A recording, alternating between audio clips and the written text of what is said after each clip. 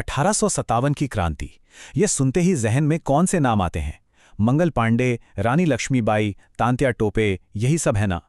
पर इतिहास की किताबों में कुछ पन्ने ऐसे भी हैं जो शायद हम पलटना भूल गए। कुछ ऐसे हीरोज की कहानियां जिनका योगदान बहुत बड़ा था पर वो कहीं खो से गए। आज हम एक ऐसे ही भूले हुए नायक अमरचंद बांठिया की कहानी को समझने की कोशिश करेंगे। तो चलिए बिना किसी देरी के सीधे मुद्दे पर आते हैं। शुरुआत एक सवाल से करते हैं, एक ऐसा सवाल जो इस पूरी कहानी की समझिए जान है। सवाल यह है कि आखिर राजस्थान का मंगल पांडे किसे कहा जाता है, और उससे भी जरूरी क्यों कहा जाता है। यह सिर्फ एक टाइटल नहीं है, इसके पीछे एक जबरदस्त कहानी छुपी है। आइए इस रहस्य से पर्दा उठाते हैं। राजस्थान के मंगल पांडे। सोचिए जरा इस टाइटल के बारे में। यह सिर्फ एक नाम नहीं है, ये एक आइडिया है, बलिदान का, देशभक्ति का। तो सवाल ये उठता है कि आखिर वो कौन थे जिन्हें मंगल पांडे जैसे क्रांति के महानायक के बराबर का दर्जा दिया गया। तो जिस शख्सियत की हम बात कर रहे हैं वो कोई फौजी नहीं थे, कोई राजा महाराजा भी नहीं। वो थे एक सेठ, जी हां, एक व्यापारी, ग्वालियर के जाने माने प्रतिष्ठित नगर सेठ। नाम था अमरचंद बांठिया। चलिए जरा उनके सफर पे एक नजर डालते हैं। कहानी शुरू होती है 1791 में बीकानेर में, जहां उनका जन्म हुआ। फिर काम के सिलसिले में वो ग्वालियर आए और अपनी लगन और ईमानदारी के दम पर वहां के नगर सेठ बन गए। मतलब एक बहुत बड़ा मुकाम हासिल किया। सब कुछ ठीक चल रहा था, पर फिर आया साल 1857 और इस एक साल ने उनकी पूरी जिंदगी का रुख ही मोड़ दिया, हमेशा के लिए। क्रांति के भामाशाह, यहीं से उनकी कहानी में वो मोड़ आता है जो उन्हें इतिहास में अमर कर गया।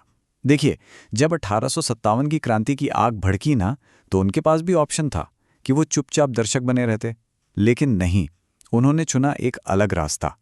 उन्होंने क्रांति का भामाशाह बनना चुना।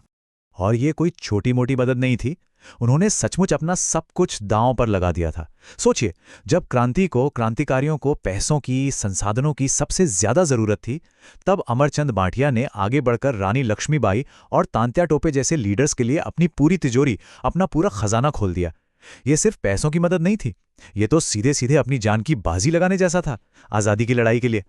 उनके इसी निस्वार्थ त्याग ने, इसी हिम्मत ने उन्हें इतिहास में एक नया नाम दिया, भामाशाह द्वितीय, या फिर कहिए 1857 की क्रांति का भामाशाह। ये टाइटल सिर्फ एक सम्मान नहीं था, ये इस बात का सबूत था कि आज़ादी की जंग सिर्फ तलवारों और बंदूकों से नहीं लड़ी जा रही थी, वो त्याग से, समर्पण से भी लड़ी जा रही थी। और अमरचंद बांठिया उसके सबसे बड़े प्रतीक थे। पहली शहादत। लेकिन इतनी बड़ी बहादुरी, इतनी बड़ी देशभक्ति की एक कीमत तो चुकानी ही थी। जाहिर है उनका ये कदम, ये क्रांतिकारियों की मदद अंग्रेजों की नज़रों से छिप नहीं सका, और बस यहीं से शुरू होती है उनकी शहादत की दर्दनाक कहानी। साल था 1857, महीना जून का। अंग्रेजों ने उन्हें गिरफ्तार कर लिया और सजाए मौत। ग्वालियर में बीच बाजार सरेआम एक पेड़ से लटकाकर उन्हें फांसी दे दी गई। ये सिर्फ एक सजा नहीं थी, ये अंग्रेजों का एक पैगाम था, एक चेतावनी थी हर उस हिंदुस्तानी के लिए जो आज़ादी का सपना देखने की हिम्मत भी करता।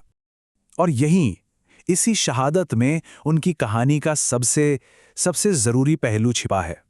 वो ये कि अमरचंद बांठिया 1857 के उस महासंग्राम में राजस्थान की धरती से शहीद होने वाले पहले इंसान थे। पहले शहीद। जरा इस बात की गहराई को समझिए, वो पहले थे। तो फिर अमरचंद बांठिया की विरासत क्या है? वो हमें क्या देकर गए? उनकी कहानी, उनकी लेगेसी आज भी जिंदा है, उन टाइटल्स में, उन उपाधियों में जो इतिहास ने उन्हें दी।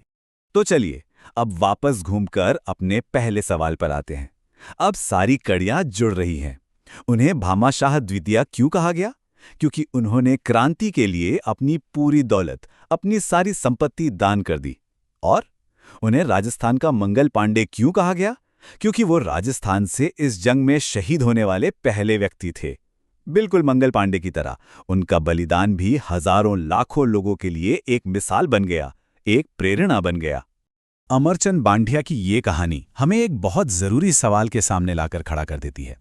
सवाल ये कि इतिहास कुछ हीरोज को तो इतना याद क्यों रखता है और कुछ को भुला क्यों देता है? ऐसा क्यों होता है? शायद किसी हीरो को याद रखना या भूल जाना ये इतिहास की नहीं बल्कि हम सबकी जिम्मेदारी है। अमरचंद बांटिया जैसे नाम हमें बस यही याद दिलाते हैं कि आज़ादी की जो कहानी हम जानते हैं उसमें अभी भी कई अनसुने अनकहे अध्याय बाकी हैं जिन्हें खोजना हमारा ही काम है।